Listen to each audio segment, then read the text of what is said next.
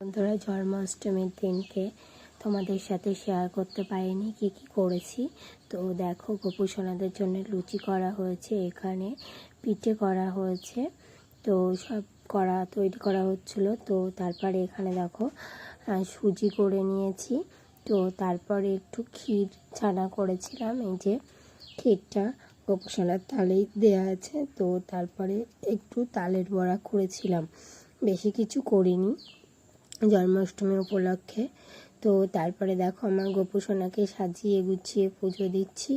তো আমার গোপু সোনাকে কেমন লাগছে সাজিয়ে গুছিয়ে পুজো দিয়ে। তো বন্ধুরা, তোমরা কারা কারা জন্মাষ্টমীর উপোস করেছো? মানুষকুলে জন্ম নিলে জন্মাষ্টমীর উপোস করতে হয়। তো জন্মাষ্টমীর উপোস করে অন্ন সেবা করতে নেই, কারণ আমরা তো জন্মাষ্টমী করি প্রত্যেক বছর, অন্ন খাই না, কারণ পুজো দিয়ে গোপোষণার যে প্রসাদ থাকে আমরা সেটাই খাই। লুচি রুটি এসব খাওয়া যায়, কিন্তু ভাত খাওয়া যায় না। তো বন্ধুরা, তোমরা জন্মাষ্টমীতে কে কী খাও অবশ্যই কমেন্টে জানাবে। আর তোমরা কে কে জন্মাষ্টমী উৎসব পালন করেছো?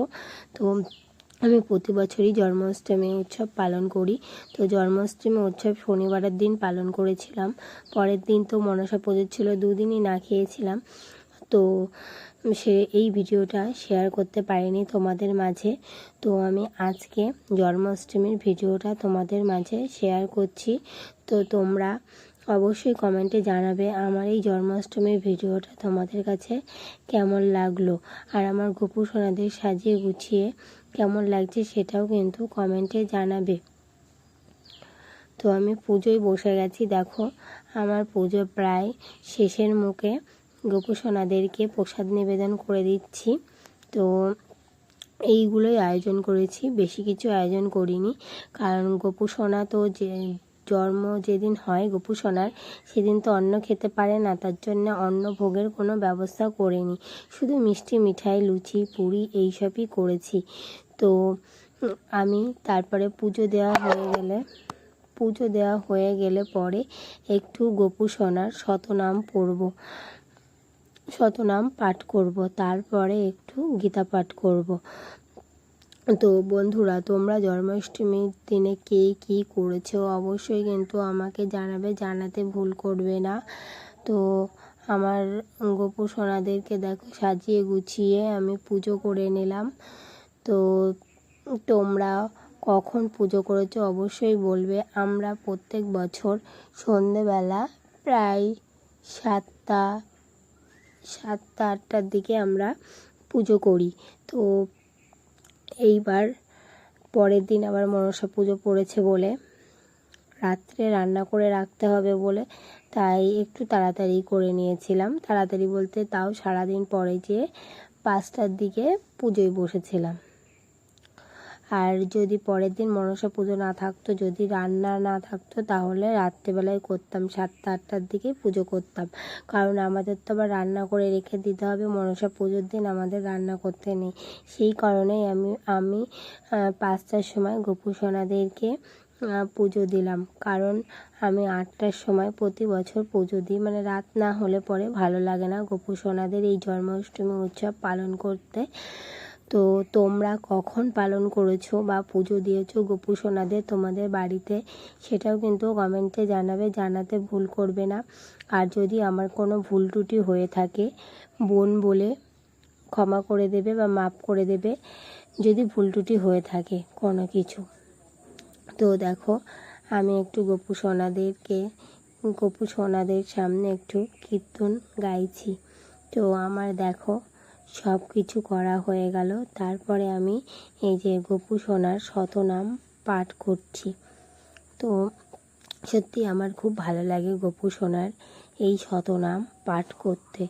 আগেও আমি বাড়িতে বসে যখন পুজো দিতাম সকাল সকাল গোপু সোনার এই শতনাম পাঠ করতাম।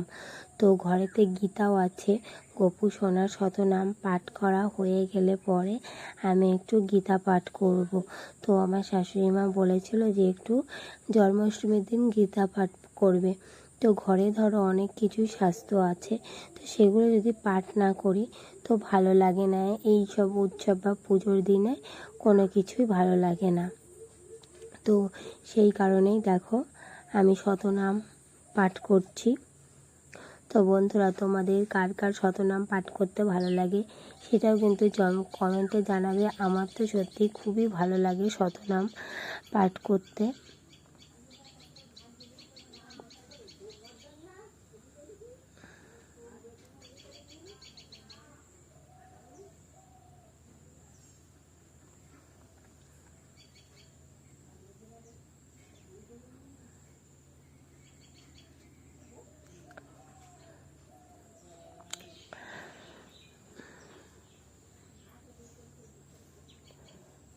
তো তারপরে দেখো আমি একটু গীতা পাঠ করছি। গীতা পাঠের অধ্যায়টা হচ্ছে বিশ্বরূপ দর্শন। আমি বিশ্বরূপ দর্শনটা পাঠ করে আমার শাশুড়ি মাকে শোনাচ্ছি বা গপু সোনাদেরকে একটু শোনাচ্ছি। তো আগে আমার শ্বশুর যখন বেঁচে ছিল, আমাদের বাড়িতে প্রত্যেক বৃহস্পতিবারে হরিবাসর হতো আর গীতা পাঠ করতো। এখন তো আর করা হয় না।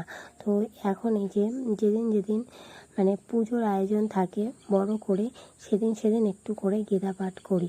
তো বন্ধুরা, ভিডিওটা অনেকটা বড় হয়ে যাচ্ছে। বেশি বড় হয়ে গেলে আমার বন্ধুরা আবার দেখবে না।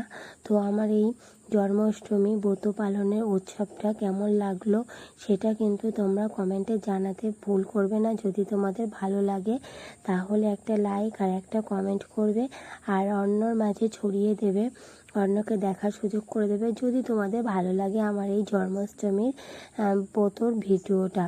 তো বন্ধুরা, তোমরা ভালো থাকবে, সুস্থ থাকবে এই কামনাই করি। তো আমি আরও এই ধরনের অনেক ভিডিও তোমাদের সামনে নিয়ে এসে হাজির করব যদি তোমাদের ভালো লাগে। আজকের মতো এখানেই শেষ করছি ভিডিওটা। টাটা, বাই বাই বন্ধুরা।